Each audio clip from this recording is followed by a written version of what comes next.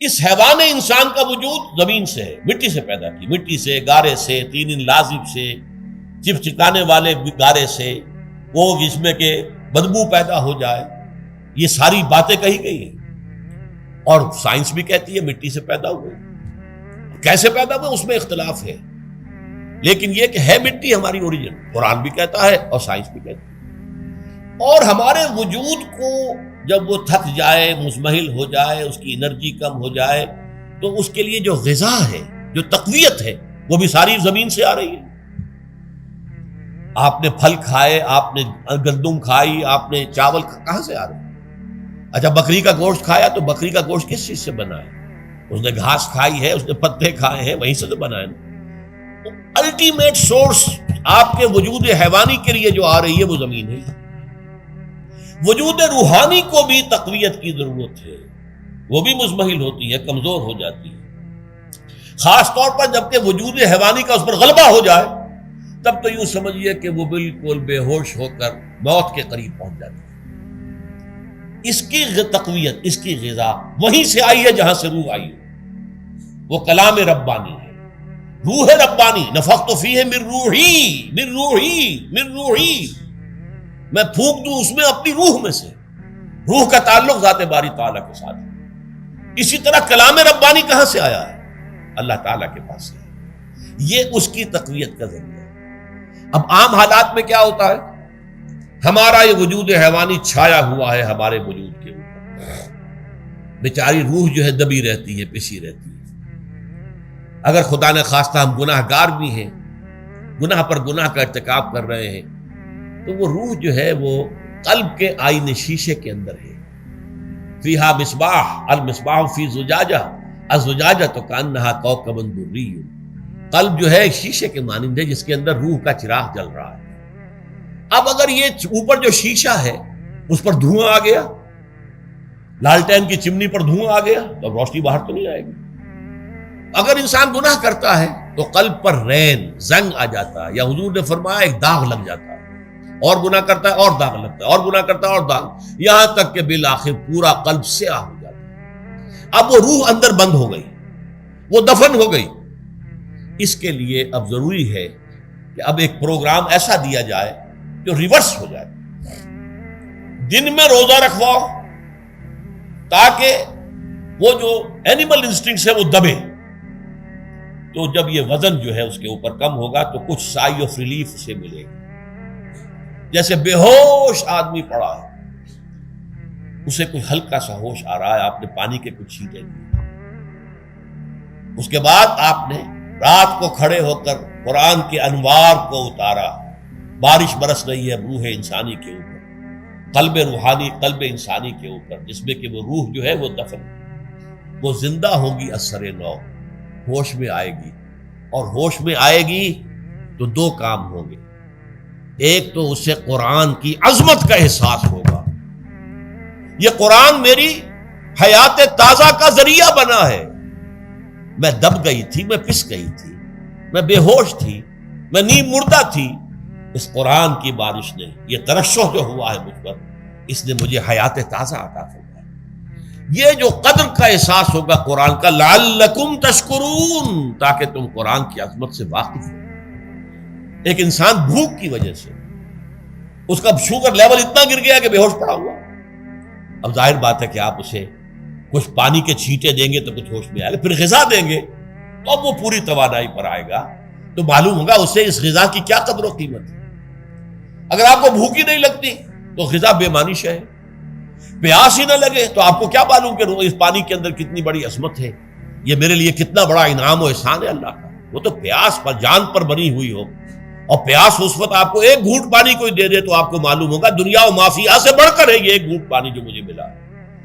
اسی طرح جب روح دبی ہوئی تھی حیوانی وجود کے بوجھ تلے، جبکہ وہ نیم خوابیدہ یا نیم بے ہوش یا بالکل بے ہوش تھی، وہ دن میں تو روزہ رکھ کر اس پر سے حیوانی وجود کا وزن کم کیا گیا، اسے ایک ریلیف ملی۔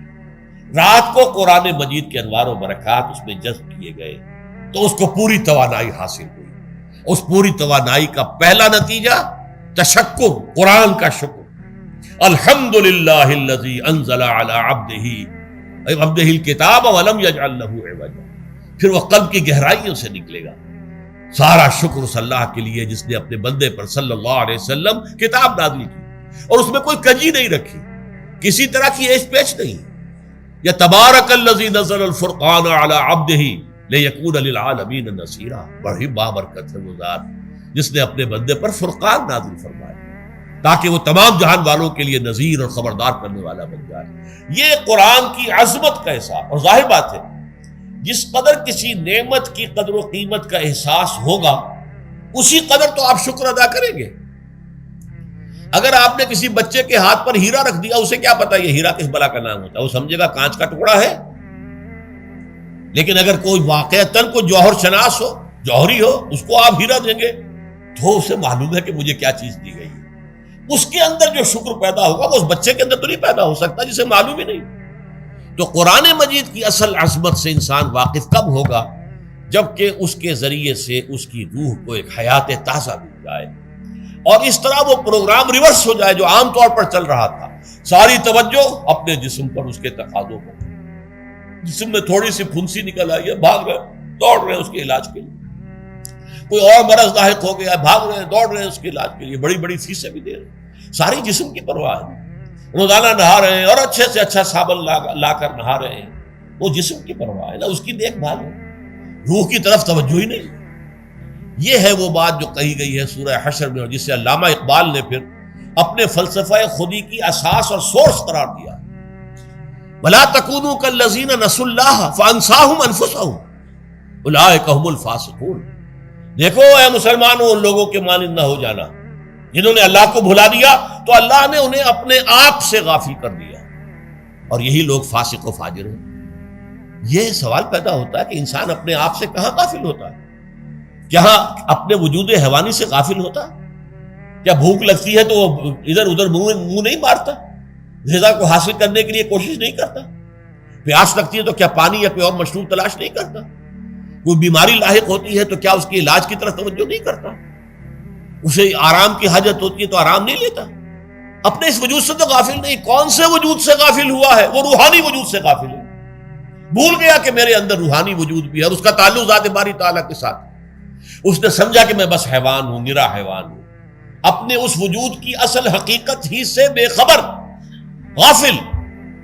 چنانچہ آج کے دور کا سب سے بڑا المیہ کیا ہے؟ ڈاروین کے نظریے کے جو اثرات پیدا ہوئے ہماری معاشرت پر، ہماری سوچ پر، ہمارے فکر پر، ہمارے فلسفے پر، ہماری سوشولوجی پر، وہ کیا ہے کہ ہم بھی نرے حیوان ہیں۔ اللہ اللہ خیر کرے۔